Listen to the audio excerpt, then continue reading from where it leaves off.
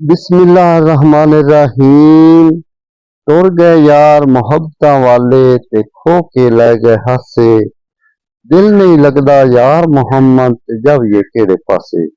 इस तो पहले कि बिरावो मैं अपनी वीडियो शुरू करा, जे तुसा मेरे चैनल नू सबसक्राइब नहीं किया, सबसक्राइब भी कर लो ते मेरी वीडियो नू शेयर भी लाजमी किया करो। ते एक कमेंट दा सैक्शन हुंदा थल्ले, उस दे विच तुसां कमेंट लाजमी करना है ताकि मेरी हौसला अफजाई होवे। ते मेरी इस वीडियो नू तुसी फेसबुक ते, यूट्यूब ते, टिकटॉक ते देख सकते हो। बिरावो गल इंज है, रात दा पहरा ते टाइम आ तकरीबन 12:32 दा।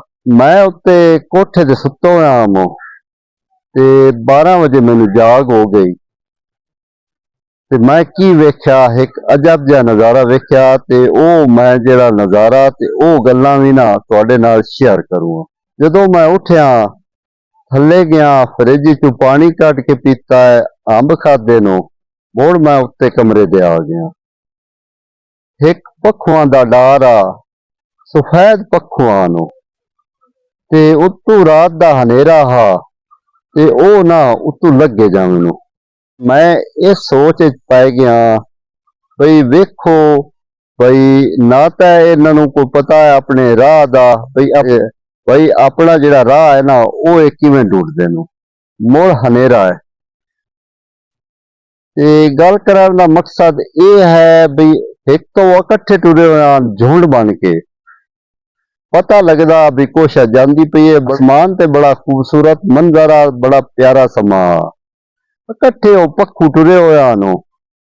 एक कुरान दी छोटी जी ऐत भी है बई तुसी अल्लाह दी रस्सी नू मजबूती नाल फड़ लो, ओनू छड्डो ना ते तुसी कामयाब हो जासो। एवें इन्हां पक्खुआं अपना एक झुंड बनाया होया। एक उन्हां दा सिरदार आ, अगे सिरदार आ ते पिछे दूए पक्खू लगे होए हन।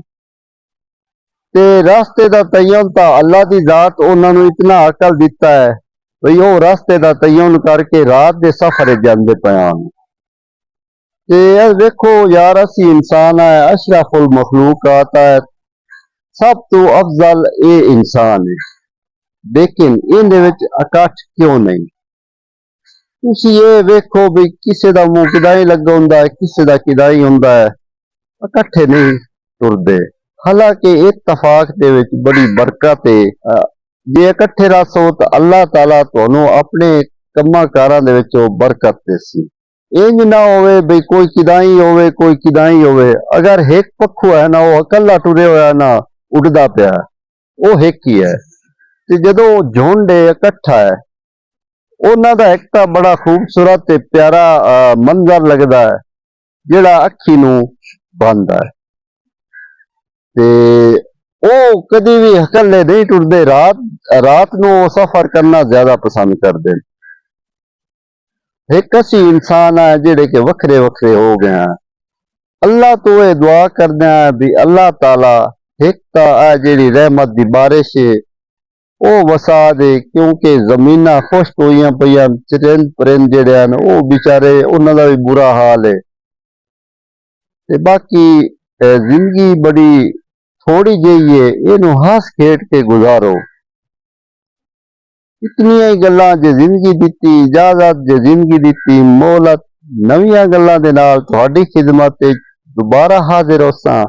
अपने सज्जन, अपने बेली अख्तर स्माइल रजोका नू देओ इजाजत। अल्लाह बेली।